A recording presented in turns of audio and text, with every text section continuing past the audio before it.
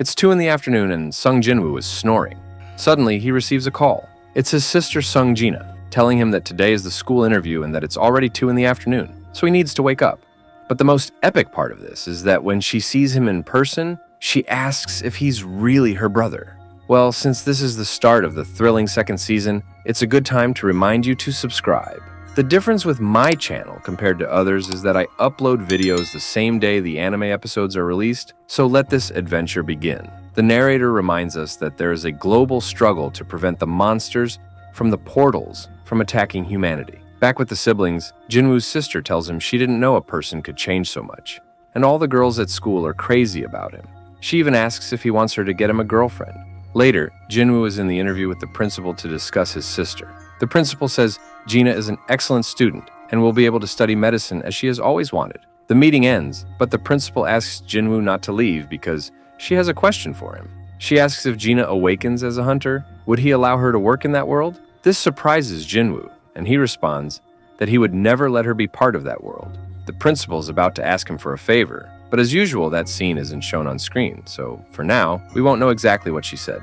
Later, Jinwoo is waiting for a girl who comes out of a certain place, and she remembers that he's Sung, Gina's brother. Jinwoo asks if she knows his sister, and she's surprised that he's Gina's brother. This girl is Songyi, and she kinda knows what this is about. She tells him she won't return to school or stop being a hunter. However, Jinwoo points out that she's a B rank hunter, which is very low, and she won't survive with that rank.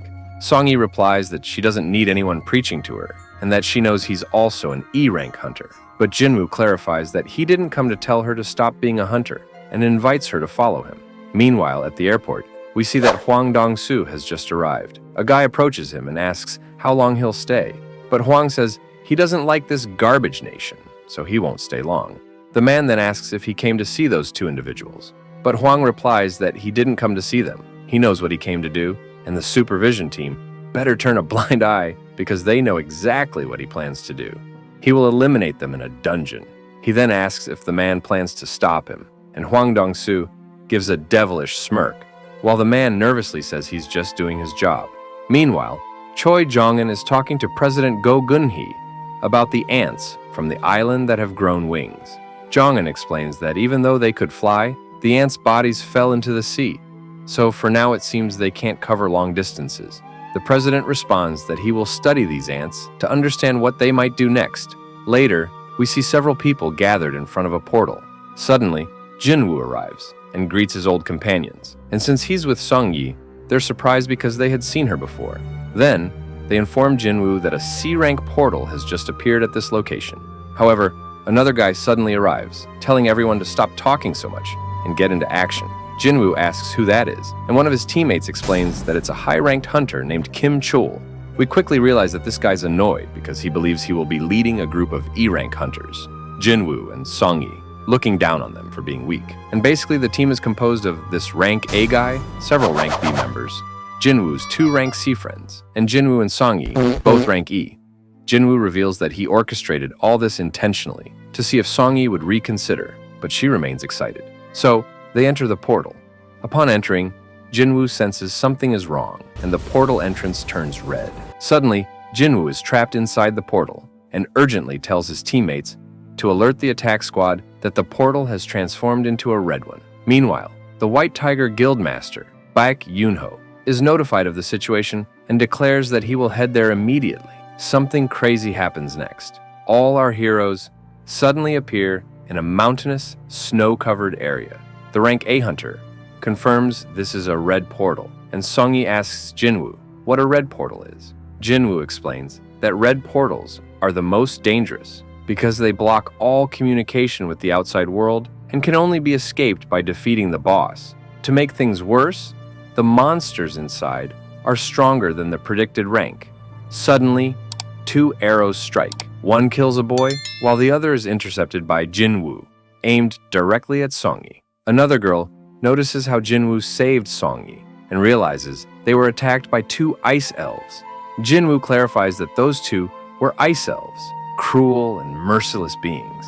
The rank A guy reminds everyone that red portals are rank B or higher, and says he'll split the group into 2 teams, which Jinwoo finds reckless. However, the rank A guy assures that those who stay with him will survive. but cruelly insists that only rank B members can join him, claiming he doesn't want trash on his team. He explains that one day inside this world equals 1 hour in the real world, so it could take months to be rescued. A beautiful girl decides to stay with the weaker group and tells Jinwoo that the rank A hunter didn't even notice the arrows, but she saw how Jinwoo reacted, proving he's from a high rank. The teams split and wish each other luck. Hours later, the rank A team advances and discovers bear claw marks.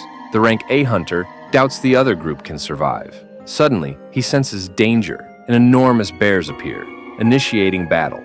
I have to admit, the rank A guy is quite powerful. Back with Jinwoo's group, the girl warns they are entering the territory of ice bears and suggests turning back. But Jinwoo insists they continue. His reasoning? If it's just bears, they only need to deal with them and not the intelligent elves. The girl is impressed since she hadn't thought that way. Jinwoo notices the extreme cold in the forest, so he opens his inventory and pulls out several coats for everyone, astonishing them with his interdimensional magic. As everyone warms up, Song-yi asks him to tell the truth about who he really is.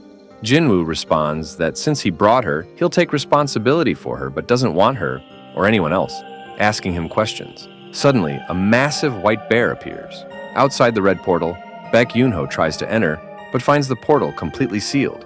He comments that perhaps the rank B members inside might survive with luck. His men inform him that several hunters, including Jinwoo, the one Baek is looking for, are inside the portal. When asked about Jinwoo's rank, they reply that he's supposedly rank E, but suspect he underwent a second awakening. Things escalate further as Hwang Dongsu arrives. Baek questions why Dongsu is there, but Dongsu ignores him and instead asks what an E-rank hunter is doing inside a red portal, referring to Jinwoo. Dongsu remarks that Jinwoo is lucky since he can't interfere with the red portals. Meanwhile, Jinwoo is beating the bears barehanded. Later, they're seen frying bear meat and eating together. Jinwoo then heads alone to the bear den and summons his entire shadow army, including Igris the Crimson. An epic battle against the bears begins, though the fight quickly drains Jinwoo's mana. Suddenly, the bear boss appears, so powerful that it instantly defeats Jinwoo's entire shadow army, exhausting his mana. Now it's Igris's turn. Not playing around, Igris swiftly subdues the bear boss. The bear powers up, but Igris, uninterested in games, finishes it off by slicing its head clean off. Jinwoo reflects that if Igris had used his sword the entire time during their previous fight, he would have died for sure. Perhaps now, they are finally on the same level. Meanwhile, the other group has been completely annihilated by the elves, with their captain barely escaping while the elf leader watches silently.